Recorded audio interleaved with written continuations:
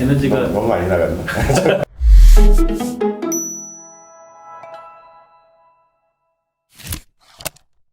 오늘 이 자리는 최근에 아마 수소 산업 자체가 너무 큰 변화를 맞고 있는 거고요.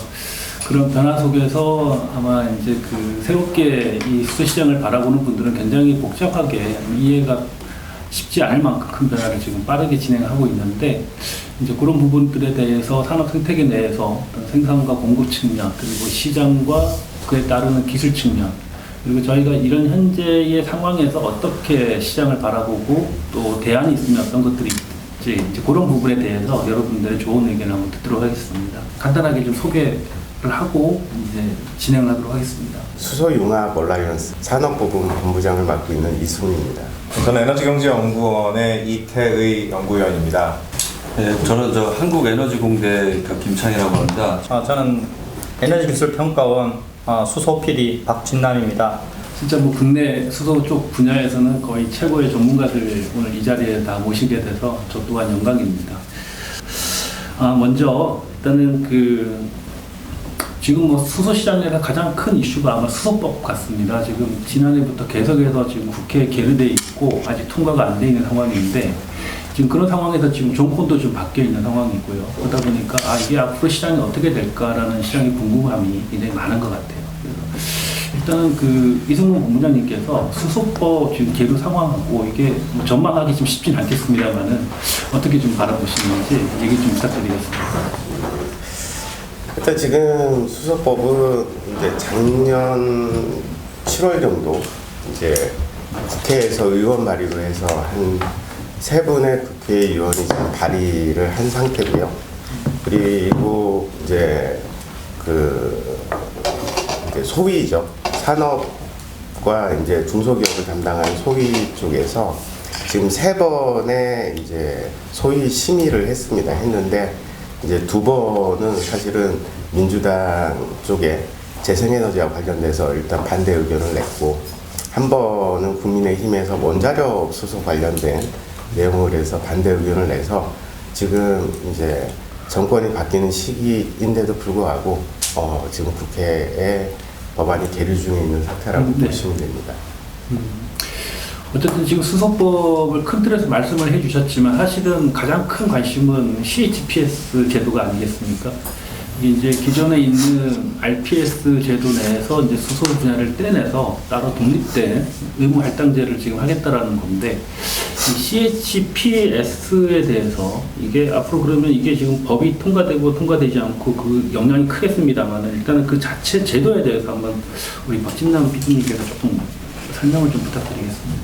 네, 먼저 CHPS 제도가 이제 나오게 된 배경을 말씀드리면, 일단 RPS가 신재생 에너지를 전부 다 포함하고 있는데, 제가 알기로는 이제 연료전지 같은 경우에는 24시간 계속 발전이 가능하고, 재생에너지는 이제 간헐적인 발전이 가능해서 일단 재생에너지 쪽에서 이제 24시간 발전이 가능한 연료전지를 이제 RPS에 넣는 게 좀 부적합하지 않느냐, 그런 이야기가 좀 나오고, 특히나 REC 상황이 안 좋아지면서 이제 그쪽은 내부적인 좀 서로 간의 충돌이 많아지면서 이제 연료전지 쪽을 이제 따로 떼서 보자는 이야기가 나왔고, 이제 거기에서 이제 HPS, 그러니까 RPS와 분리해서 연료전지 쪽을 HPS로 하자는 이제 논의가 나왔는데, 그때는 단순히 이제 하이드로젠만, 수소만 이제 쓰는 걸 전제로 했었는데, 그 다음 이야기가 더 나가면서 수소의 생산 과정에서 CO2가 발생하는데 이거를 그냥 다 인정해 줄 수 있느냐라는 논의가 나오면서 이제 청정수소 발전 의무화제도, 그러니까 이제 클린 하이드로젠 CHPS로 이제 이야기가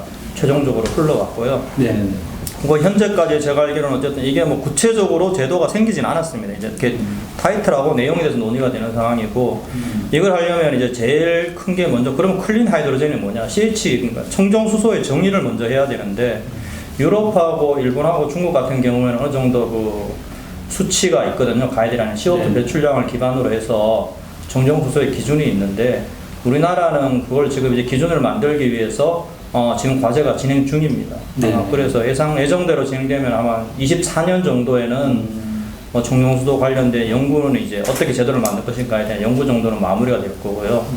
뭐 그 다음에 순차적으로 되면 한 25년 정도에는 우리나라도 청정수소에 대한 뭐 어떤 정의, 그 다음에 뭐 수소법이 뭐 그때까지는 해결되겠지만 네. 그때 거기에 따른 제도적인 뭐 지원 같은 것도 생기리라고 생각합니다. 예. 듣고 보니 또 궁금한 점이 생기는데, 이게 뭐 CHPS가 지금 말씀하시는 걸 보면 24년 정도가 해야지만 제도화가 된다. 근데 지금 시장에서는 이 수소법이 지금 국회에 계류되고 난 이후에 특히나 이제 연료전지 발전용 시장 같은 경우는 거의 스탑하듯이 그런 상황을 지금 맞고 있습니다. 근데 지금 이렇게 CHPS 제도 자체가 24년 동안, 24년, 그러니까 한참 이후에나 지금 제도가 되고 있고, 그 기간 동안은 그러면 시장은 어떻게 움직여야 되는지 사실 그 부분도 좀 궁금하기도 하는데, 그 부분 관련해서 혹시 이 박사님께서 조금 말씀을 해주실 수 있으실까요? 그렇죠. 지금 연료전지 앞길에 대한 이슈가 가장 큰 것 같습니다. 네.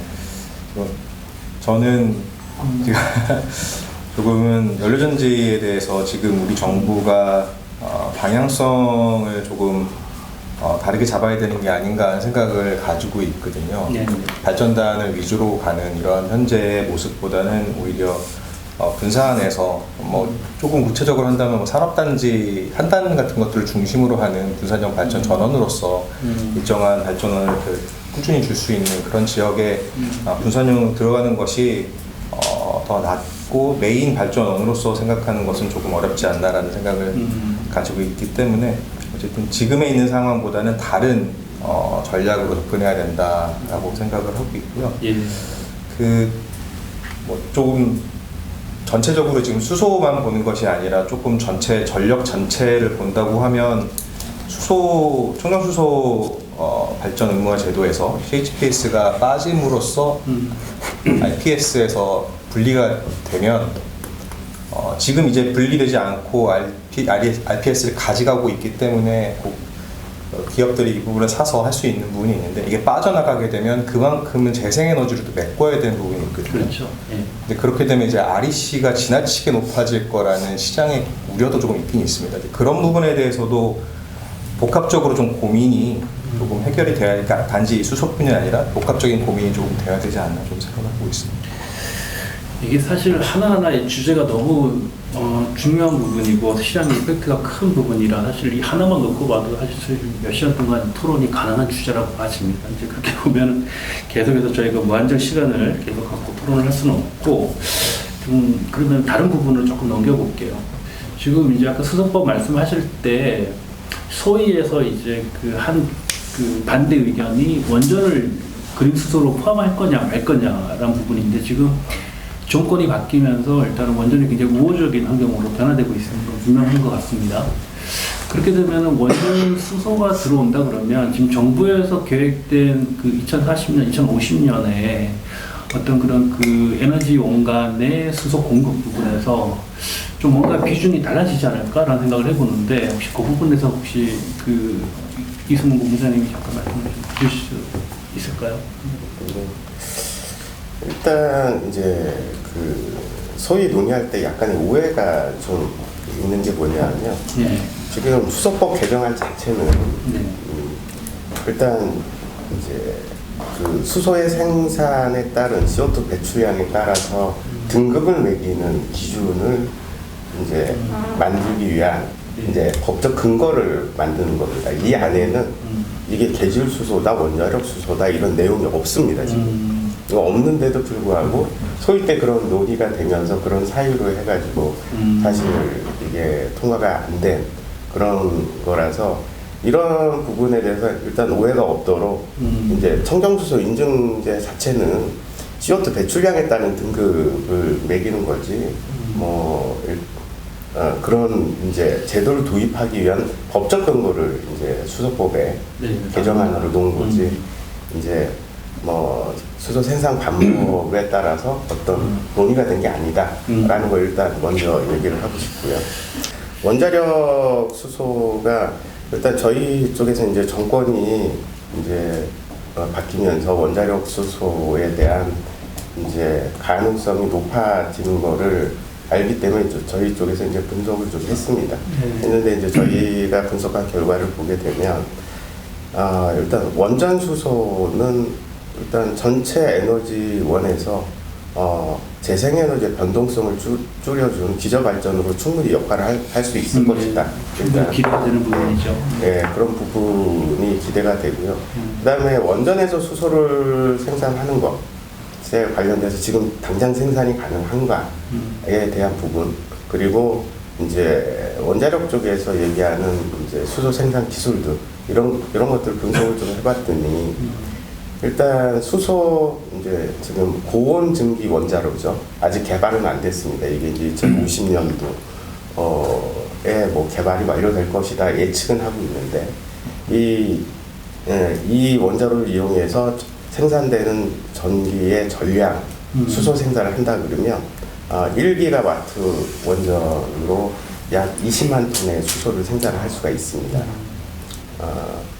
이제 작년에 탄소 중립 이제 NDC하고 탄소 중립 시나리오가 이제 발표가 됐는데 2050년 시나리오를 보게 되면 2050년에 2,790만 톤 정도의 이제 수소가 필요할 것이다. 예. 그래서 이거를 그것보다 좀 많이 이거를 늘었죠. 만약에 원전으로 다 생산하면 어떻게 될까 계산을 한번 해봤어요.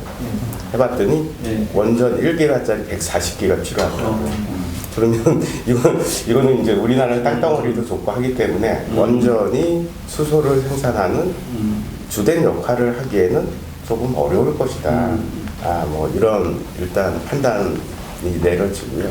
그리고 일단 원자력 수소의 또 이제 기술 중에 하나가 SMR이 있습니다. 네. 예, SMR은 이제 국내 기술 개발 속도가 좀 처져 있는 지금 상태고요.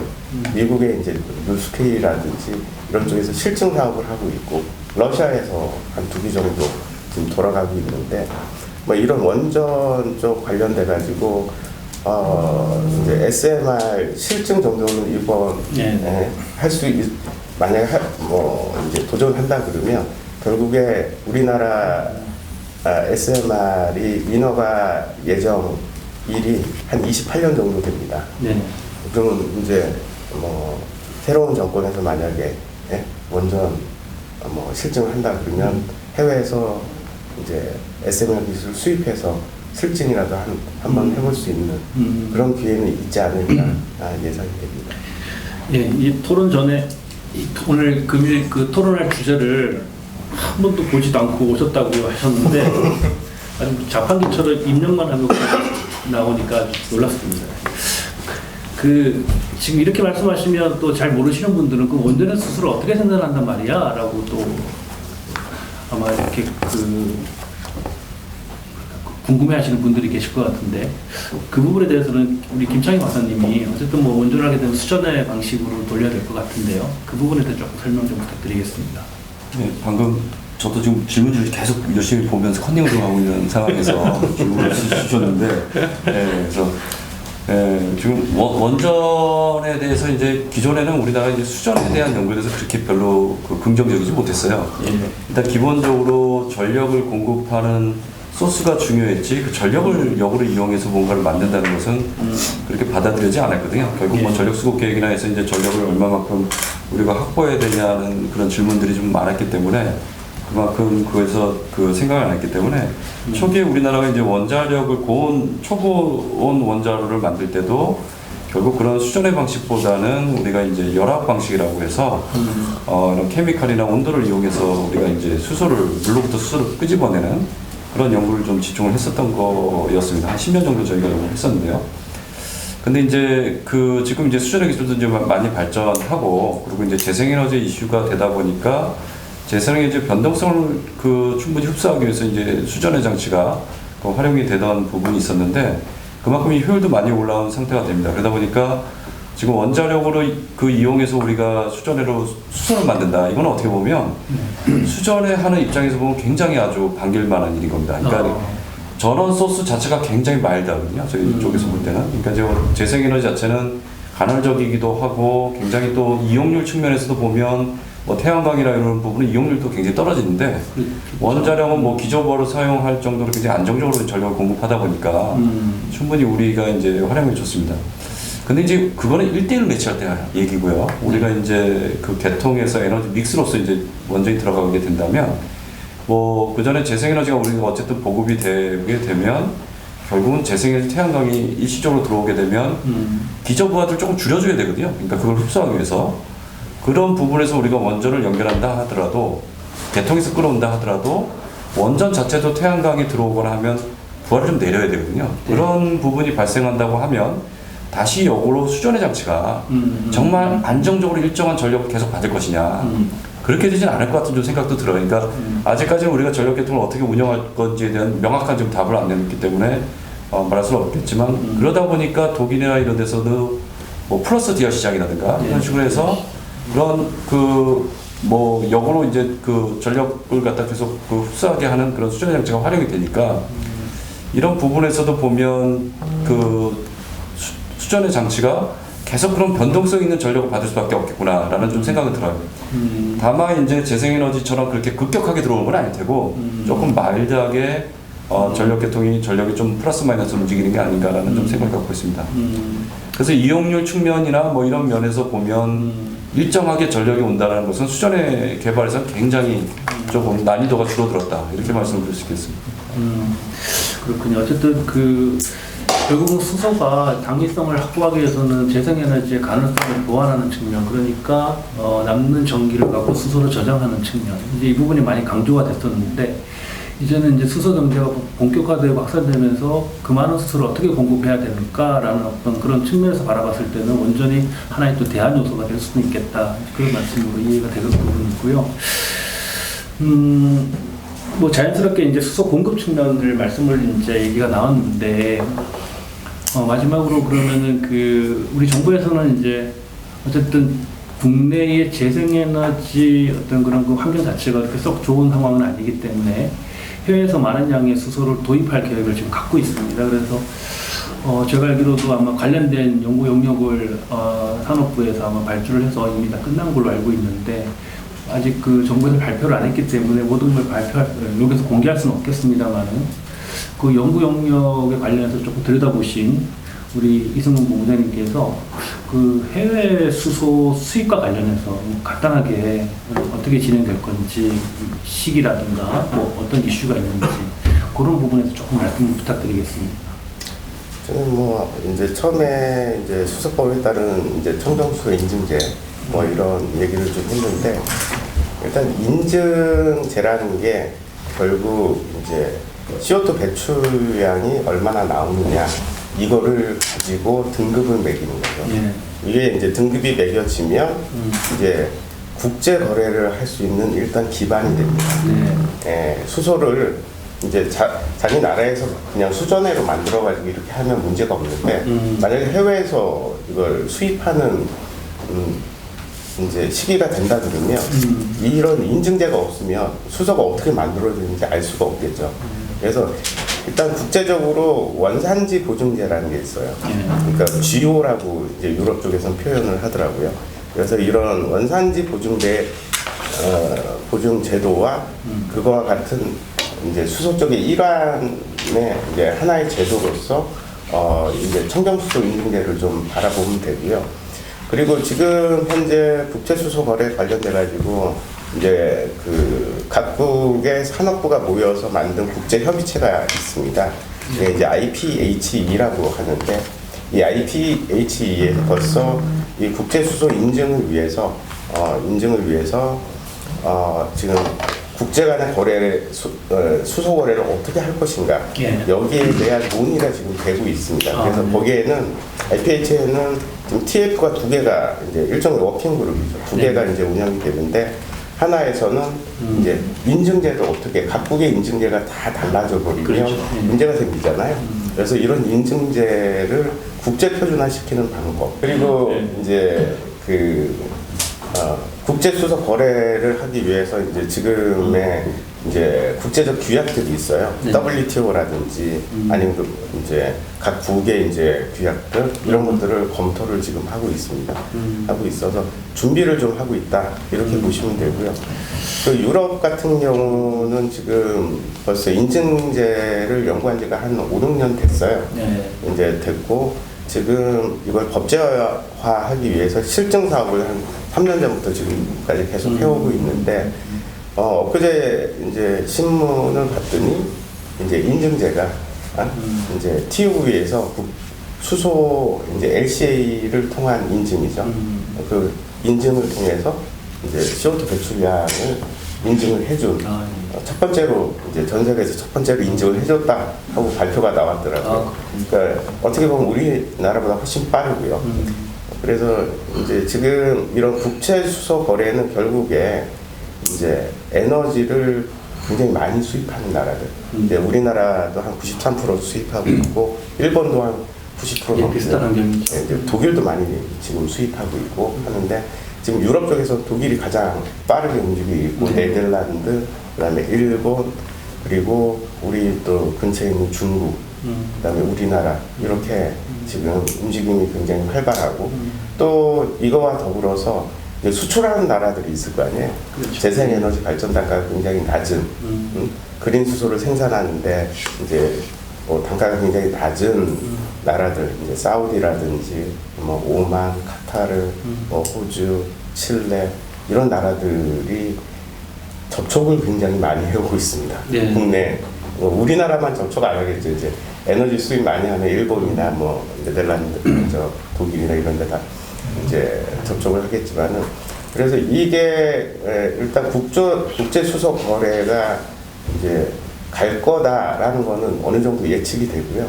그리고 이게 이제 어떻게 갈 거냐에 대한 문제. 이 문제에 있어서는 사실 원거리 운반을 하면 액화수소 운송선이 있어야 돼요. 그렇죠. 네. 운송선이 있어야 되는데 이게 이제 기술 개발이나 이런 게 아직 이제 한참 기다려야 되는 거고 그러다 보니까 지금 이제 미국의 에어 프로덕트가 이제 사우디에 네온 프로젝트에 한 7조 정도 자체 투자를 했습니다. 그래서 그 네온 프로젝트가 이제 태양광을 까는 프로젝트인데 여기에 이제 암모니아, 이제 그린 수소가 생산이 되면 이 그린 수소와 질소를 합성해서 이제 그린 암모니아를 생산하는 이제 공장을 지금 짓고 있어요. 이게 이제 전 세계에서 제일 처음으로 지어질 공장으로 예측이 되는데 이게 이제 가동 예정일이 2025년 정도로 예정을 하고 있고요. 그러니까 우리나라 같은 경우는 지금 이제 작년에 산업부에서 발표한 기본 계획을 보게 되면 2027년에는 이제 그린 암모니아를 수입해서 이제 암모니아가 이제 독성 가스고 그다음에 가연성 가스고 위험하다 보니까 이제 수용성 문제가 생길 소지가 많거든요. 네. 하다 보니까 충전소나 뭐 이런 데 쓰는 게 아니라 이제 지금 온실가스 배출의 가장 원인으로 지목되고 있는 석탄 화력 발전을 혼소용으로 지금 네. 쓰겠다. 그래서 이 부분을 지금 한전도 마찬가지고 발전사들이 네. 이제 석탄 화력 발전소를 가지고 있는 발전사들이 수입을 해오기 위해서 이제 실증 사업이나 이런 걸 하기 위해서 준비를 지금 많이 하고 있는 이제 상태다 이렇게 보는데 결국에 이제 처음으로 또 돌아가서 수소법이 문제라는 거죠. 수소법이 네. 통과가 돼야지 인증제가 될 거고 인증제가 세워져야지 인센티브를 얼마 줄 건지에 대한 부분이 있고 그 다음에 여기에 이제 또 하나 고려해야 될 게 이제 탄소세나 우리나라는 탄소 배출권 거래제를 하고 있는데 이제 유럽이나 이제 다른 나라는 탄소세를 직접세로 매기고 있어요. 그래서 이런 부분과 그 다음에 수입 이제 이런 부분은 탄소가 줄어드는 만큼 이제 발전사에서는 수익으로 이제 올 수 있는 부분들이거든요. 또 이런 부분과 발전차로 인한 손실 이런 부분을 다 고려해서 사실 인센티브를 어떻게 줄 것인가에 대한 제도가 설계가 돼야 되는데 이런 부분이 진행이 안 되는 거죠. 수소법이 통과가 안 됨으로써. 그래서 이게 지금 현재 가장 큰 여러 가지 문제점을 안고 있다 이렇게 이야기를 할 수가 있습니다. 예. 예, 지금 어떻게 보면은 이 정도가 지금 저희가 생각한 일부 정도인데요. 일단은 그 제도나 뭐 법 관련해서 얘기들을 좀 나눠봤고, 거기에 따라서 이제 주요하게 관심을 갖고 있는 인증제 그리고 사실은 해외 수소 수입 같은 경우에도 뭐 인증도 당연히 필요하고 또 국제 아까 표준이라든가 거래에 대한 표준 뭐 이런 부분들이 다 결국은 제도 부분이라서 자연스럽게 아마 많은 양의 수소 공급 그리고 그리고 유통하기 위해서는 그런 제도적인 부분들이 1차적으로 근간이 돼야 되겠다. 뭐 이렇게 지금 이해가 됩니다. 그러면 다음부터 여기 어떻게 보면 일부를 이제 저희가 좀 마감을 하고요.